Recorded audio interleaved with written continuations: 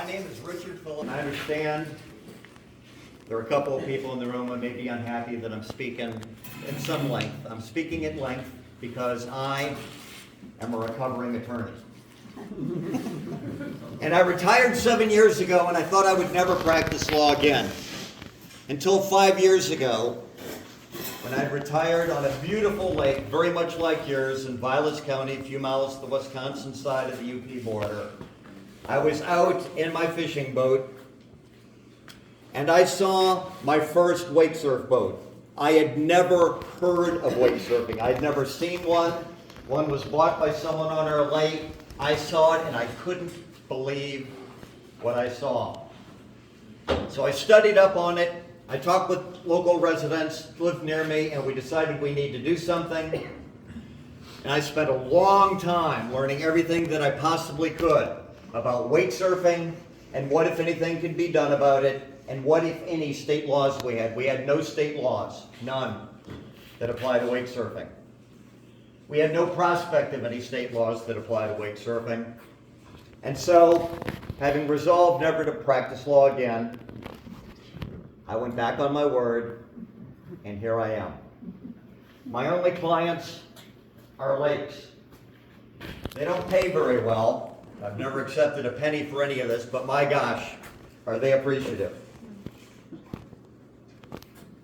Before I make my points, there are a lot of people in the room who think that I am some crazed tree hugger lawyer, probably work for the Environmental Protection Agency or Greenpeace or something like that.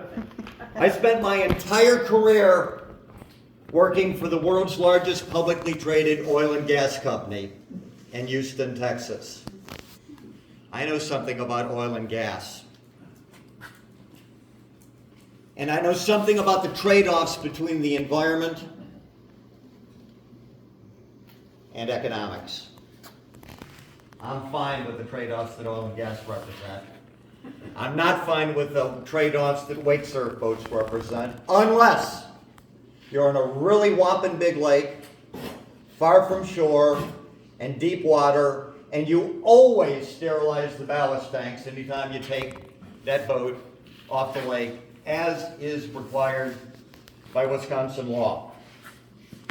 So over the last 4 years, I've spent massive time working wake surf issues and assisting towns like Scott. Why do I do it? Because lawyers representing wake surfers and the industry, and there are many of them, and their industry organization can be intimidating to non-lawyers. But lawyers don't trouble me. Heck, having spent the better part of 40 years working for ExxonMobil, I've been sued by sovereign nations. I've been sued by corporations with annual revenues measured in hundreds of billions of dollars a year. Your ordinance, the draft ordinance, is almost exactly the same as every other one of the 31 existing enacted town ordinances in the state of Wisconsin regulating wake surfing. Of the 31 towns, 16 passed ordinances just this year. Indeed, your draft ordinance is identical to 13 of the 16 ordinances that have already come into law just this year, with the exception of different lake names, and we did use town of Scott, not town of Presque Isle or something. And you're not alone. As we speak, to my personal knowledge, there are 25 other towns in Wisconsin doing just what you're doing, considering ordinances. Some of them are a little bit further along. Most of them are not quite as far along, but there are 25 that I'm working. There are countless more that I'm not involved in. These boats really do hurt people and property. I've spoken countless times to thousands of people across the state, and I've heard example after example after example of people who say they were hurt, say they were scared, and I ask, well, why don't you call the DNR? And occasionally, they will say, well, I did call the DNR. And they said there's nothing they can do, and unless a law was violated, they don't report it. They don't report it. Well, they say, there are no laws. So what's the point in calling the DNR? They won't report anything that's a violation of law, and there are no laws. I said I lived in Houston. I lived half a mile from a good friend who lives on the Wapaka chain. This used to be his ski boat. He was on the Wapaka chain, very much like the story a gentleman over there told a bit ago, and he was not paying attention. His ski boat, and this is a big ski boat, hit a wake surf wave. It overtopped the boat. It smashed the glass out of the boat. It's hard to see from that distance. Come up and look at it after I finish speaking. His wife was thrown down and spent 3 weeks in traction from a back injury because they hit the wake of a wake surf boat. These boats really tear up the shore. Go to the Wapaka chain. 10 years ago, almost no riprap. I was there this year. Almost every bit of shoreline on the 4 lakes of the Wapaka chain that used to allow wake surfing is riprap. I spoke at Lake Kesis. Lake Kesis is 270 acres, not too far from Milwaukee, 25 wake surf boats. Everybody has riprapped their shore, with a few exceptions. I talked to a gentleman who started crying. This guy, older than me, started crying. 4th generation owned his cabin. He can't afford riprap. He's lost 6 feet of shore. Do not believe that these boats don't affect your shoreline. Do not believe that these boats don't tear up the lake bottom. And your name was Scott? Okay. This is going to be hard to see, so I'll pass it around. I should have done a blow up. This is Rooney Lake. I've highlighted in green, I'll pass it around, all of the areas that are 20 feet deep or deeper. That long chain is 80 feet wide in some areas, and very short distance from the edge. It's a canyon. It goes to 10 feet. Okay? So I don't doubt if you can keep to that track, you're a much better person with a boat than I am. But I bet anytime. There you go. But I bet that most people can't do that or won't do that. Let me show you another one of these posters I have. This is the Wake Surf Industry's Wake Responsibly campaign. They say there are 3 things that you need to know about wake surfing to wake responsibly. Stay 200 feet from shore, keep music at a reasonable level, and minimize repetitive passes. Now, with this little bit of lake, let me show a look at this. It's impossible, if you are 20 feet deep and 500 feet from shore, to not make repetitive passes. You can't do that. You're making repetitive passes. And if you're not making repetitive passes, you're going outside, you're going into much shallower water than 20 feet. And you quote me on this, I have no problem with wake surfing on lakes big enough and deep enough, provided you're far enough from shore and you sterilize the darn ballast tanks every time you come off the lake. Because the lakes you have are just too small. You mentioned that you had sterilized your boat. How did you sterilize the ballast tanks on Lake Minnetonka? Chlorine in the tanks. You put chlorine in the tanks? I bet very few people do that. The instruction manual for Mastercraft, I've got a copy and I can show you, says that you put 2 gallons of antifreeze in each of the ballast tanks at the end of every year. Holy smokes, I'm getting thirsty. If I gave a donation to the town, could I have one of these Mountain Dews? If I gave a donation to the fire department. Thank you. Okay. But you really don't want to see me on caffeine. And I hope it doesn't have How could you pick that over the Bush Light? Most people want to give me tranquilizers, and beer works nicely. So, what? Yeah. Okay.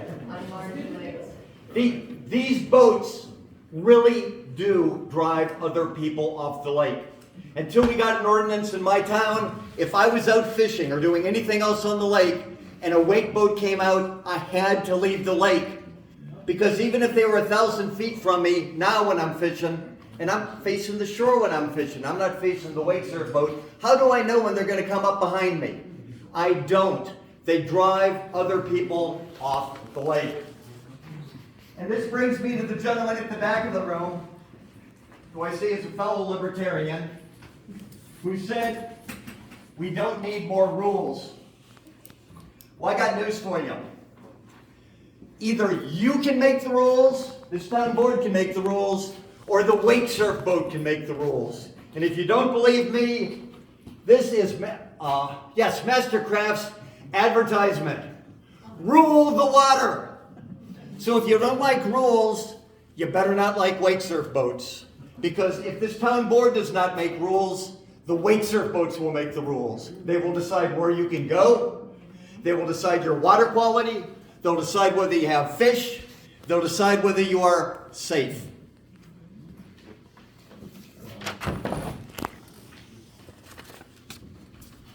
And this is not an issue about just a few wake surf boats. I've heard several times, well, we only have 2, we only have 3. 10 years ago, the Wapaka chain only had 3. Then they had 25.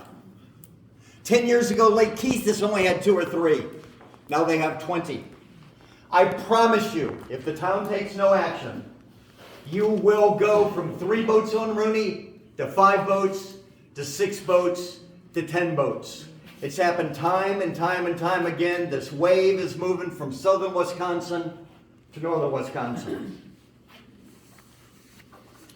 A lawyer wrote in and said the town had no authority to do this. That is absolutely wrong. It is crystal clear that the Wisconsin legislature has given the town of Scott and every other town, village, and city in Wisconsin the authority to regulate its own lakes, and you should be darn proud of Wisconsin because, to the best of my knowledge, it is the only state in the country where towns control their own lakes. The only state in the country. One more reason. I wasn't born in Wisconsin, but I got here as quick as I could. Another attorney has said it's against the Constitution, Wisconsin Constitution, to regulate wake surf boats. This is an opinion, I'll leave it up here, anybody can take a copy, of the Wisconsin Legislative Council, a nonpartisan government entity in Madison whose sole job is to advise the Wisconsin legislature on points of law. Senator Mary Filskowski, don't worry, it's only one sheet of paper, it's not really this thick, I've just got a bunch of copies. She asked them, can wake surf boats be regulated? Answer, they can be regulated and they can be prohibited altogether, consistent with Wisconsin's public trust doctrine. Copies right here. Does your ordinance prohibit all enhanced wakes? No. Someone, anonymous, so I don't know if it's an attorney or not, wrote a letter to the Rooney Lake Association claiming that the ordinance prohibited all enhanced wakes. That is absolutely false.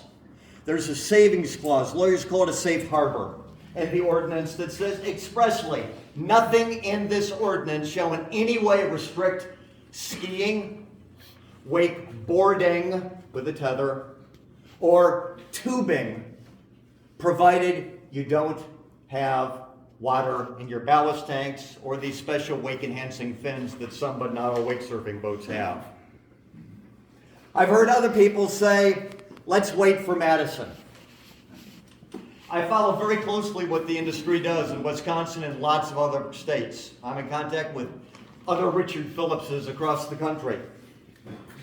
And it is clear that the wake surf industry has decided that the furthest they will go, it's the Maine law that somebody referred to, was 300 feet from shore and 15 feet water depth. Not nearly enough. My group and 19 other groups have formed a coalition, and we have sworn that we will not accept any ordinance that is not at least 700 feet from shore and 30 feet water depth. I'll make a prediction. I think there is no chance that the Wisconsin legislature will pass an ordinance, pass a statute in the next legislative session. So if you're banking on the Wisconsin legislature to do something, I suspect you're going to wait a long time, and then you've got to ask yourself this. The wake surf industry gave almost $100,000 just last year to members of the Wisconsin legislature. That's just in money that I can see. There's much more money comes, dark money, these $500 a plate dinners that industry associations put together. You are not going to have a law at the state level. But if you did, you got the legislature thinking out there, are we going to take care of Lake Geneva? Or are we going to take care of the town of Scott? Now, which one do you think they're going to favor in Madison?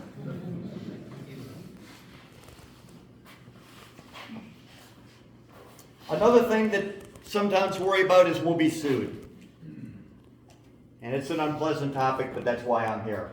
There has not been a threat that I know of against the town of Scott, but I can tell you that I'm very familiar with almost every other ordinance in its history in the state of Wisconsin, and almost every time somebody threatens a lawsuit.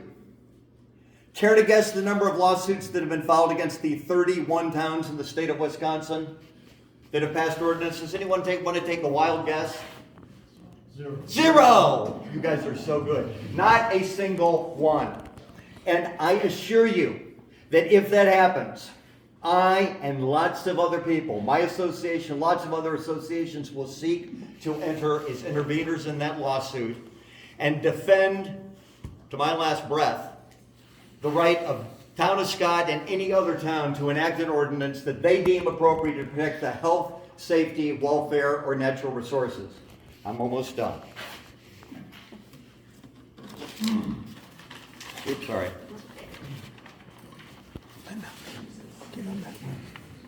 And here's the most telling point of all.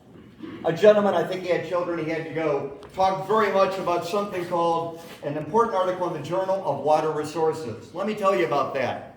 That was a pure computer study, not one shred of data. It was 100% paid for by the Water Sports Industry Association or the Marine Manufacturers Association, one of them. It appeared in a Chinese online journal that charges $895. They will print a ham sandwich for $895. And here is the key point. If you listen to nothing else, listen to this. I and lots like me have been traveling this state and the country for years now, talking to towns, giving our evidence. Why hasn't the wake surf industry put real boats on real lakes with real cameras and real monitors to show us what the bottom looks like 15 feet deep, 20 feet deep, 25 feet deep? They could shut me down like that if they had real world data, but they haven't done it. Ask yourself, why has a $1 billion industry not done $100,000 worth of research to shut down the Richard Phillipses of the world? I think you know the answer. And the answer is, they know what the answer is. Is it because they lack boats? I don't think so. Is it because they lack lakes to test them on? Look at their websites. It's all about boats being tested to show how big the wakes are. And each year that goes by, the boats get bigger, and they make bigger waves, and it's not going to stop because it's an arm race. The manufacturers compete on two things: how much the boat costs and how big a wave it makes. The waves made in this year's model boats dwarf those from boats made 10 years ago. But the boats that are made in 5 years will dwarf the waves that are made now.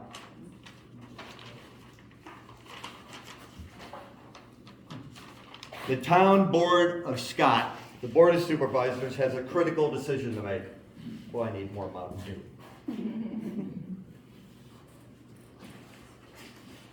You know, if my mother were here, she'd be very unhappy for you letting me drink Mountain Dew. Accepting only the people of the town of Scott's most vital resource is its lakes.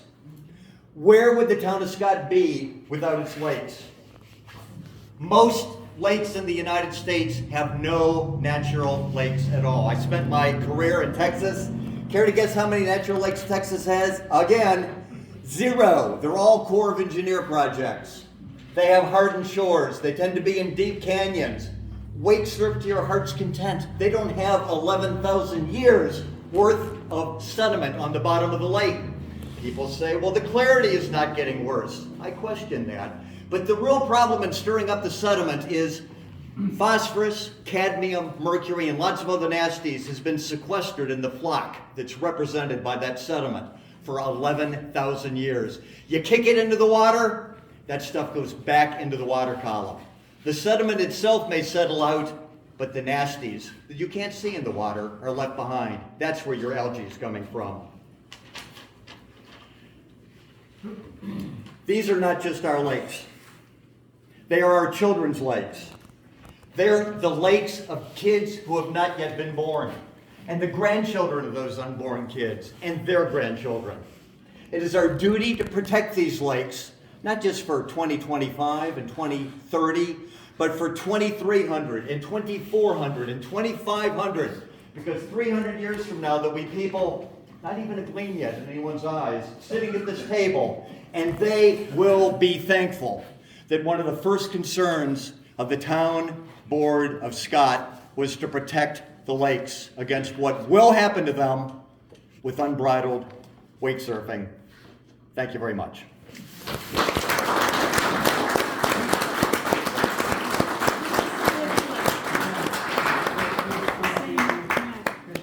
Yep.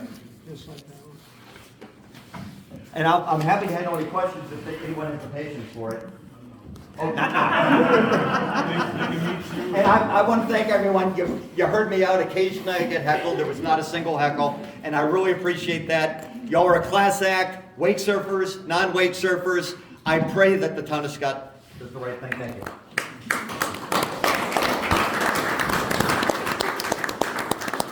That's yours.